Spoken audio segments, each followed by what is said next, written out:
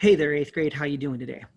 Today is going to be our first lesson on what we're going to be doing and what we're going to be studying. And the most important thing we're going to be looking at today is why we study history. All right. When we study history, guys, it gives us a lot of purpose. It gives us a really sense of who we are. And so I'm going to take you through a little slideshow. I'm also going to offer some vocabulary today just to kind of help us, what's the word? Just to help us, reinforce with some of the stuff we're doing. And this week we're going to talk about habits of mind. We're talking about how to study history, how to get information out of the text, and how to do what is history. And I think hopefully it'll be a little bit more interesting and a little bit more important than maybe you think. All right, because we are living history right now, thanks to the whole situation with COVID and everything else. Sorry, I keep looking at myself and I just, I'm weird too. I pick at myself too. So here we go. Let's go into the screen share and we will, for all intents and purposes, get started with this awesomeness that we call history. All right. So let me pull this up and I promise this will not be that long. All right. All right, so let's go into it. Let's talk a little bit about it. And the question that a lot of people ask is, why do we study history? I have eighth graders ask me that a lot. It's like, hey, we're talking about a lot of goofy stuff here. Why is this important? And it is my hope that after this video, you will see why studying history is important. History is the study of the past. That's kind of a duh statement. We live in the present. We plan and we worry about the future. We talk about what's going to come down the line. So why worry about stuff that already happened? A lot of people ask that question. I have a lot of kids ask me that. And so my response to that is, we have a lot of reasons. We have schools that have us study history. Why are we so concerned about history? What is the importance here? Well, the answer is actually pretty simple. You have some people argue that you can't change what already happened. So why are we doing this? A lot of people just say we're trying to remember dates or names. And that's simply, that's part of it. Yeah, but it's just not exactly true, because if those are the only arguments people have to offer, you've got to look at why things happened. And that's going to be one of the focuses. We're going to look at causes and effects. And causes and effects are really important. It's not like we just woke up one day, the most powerful country on earth. Something had to happen for those things to happen, for those things to occur, for us to do that. You don't just, your parents or your friends don't just yell at you for no reason. They just walk up and do something. There's usually a reason that happened for that. You look at those causes. And then we're going to look at the effects.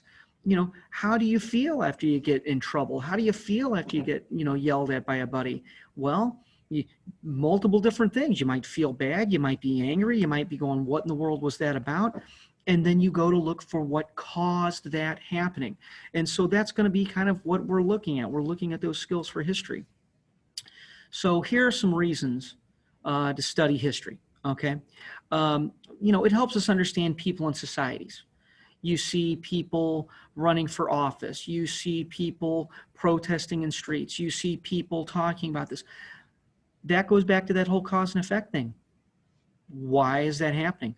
That's the first question that we have to ask ourselves. Why are these things happening? Another thing we need to look at is history helps us understand change and how societies change. I put these two pictures up here. Here's people hanging out back in 1920. The cameras are not near as good as we have today, so everybody had to sit there for at least a minute or two so the camera would take the photo. And, well, right now, here we are in 2020, just 100 years later, and frankly, we're doing Zoom Hangouts and we're Google Meeting and we're FaceTime, and those are things that have changed. We're in the process of evolving big time right now on how we're going to teach and how we're going to learn. So we're living it right now. Another reason we're going to study history is it helps us understand what's right and what is wrong. All right. Again, I'm just going to give you a quick example here. Back in 1919, this is 100 years ago, they outlawed and passed a new amendment to the Constitution. It was the 18th Amendment. What that did is people could not produce, transport, or sell intoxicating liquor in the United States. That meant no beer or anything like that. Now we have beer commercials, right?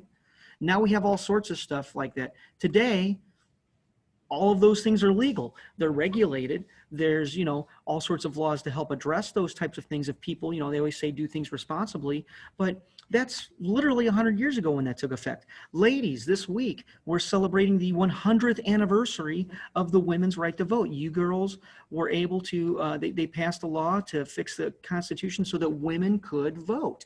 That took effect in 1920. So, we're celebrating that. That was literally this week. It's the 100th anniversary of women being able to vote in the United States this week. Another one, and again, I told you this at the beginning, we are going to be looking for good citizens. How do we create good citizens? It's one of the most important things that we have here. We want to create proper citizenship. What's good citizenship? There's laws, and laws affect you. Your politicians affect you. Who you vote for will affect you. So you'll hear me say this a lot. The most important elections you can ever do are locally. You look at your mayors and your school boards, and you look at your local guys, your governors. They have a very strong influence on what happens to you.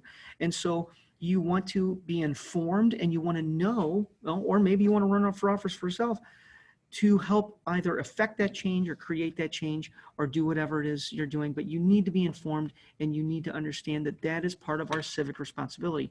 And it's a lot more than just voting, but that's just kind of the example I'm using here today. The last, and I would tell you this is really the most important facet of history. History helps provide us with an identity.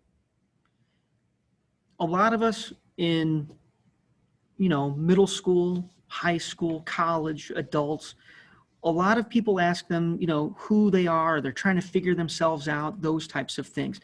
The idea of who we are and who we're supposed to be. What is a really good person? What is a really good teacher? What is a really good thing that you admire? This is who I am. We love people that keep their word and are honest and are straightforward. That's a part of who you are. History helps provide us with what it is to be an American. We're in American history. We're studying what it is to be American. And we've done some great things. Yes, we've made mistakes. Nobody's perfect, but that's what we're here to learn. How did we get to where we are today? There's other skills that you can get by this. You are going to be examining evidence.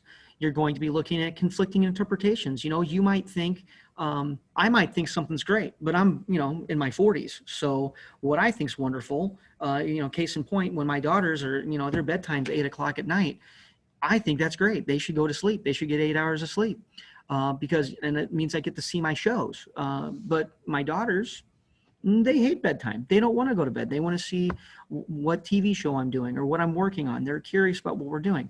So, if you ask them, they hate bedtime. If you ask me, I like bedtime. So, and then you look at experiences and past examples of change. So you're going to look at how things, that's the effect part. We're looking at what caused it and then what the effect was. How did this turn out? History is useful for our world when we're at work, especially nowadays. We have a lot of jobs that are open to people who study history. You can work at museums, you have media centers, you can conduct research for businesses and identify trends, public agencies, consulting firms.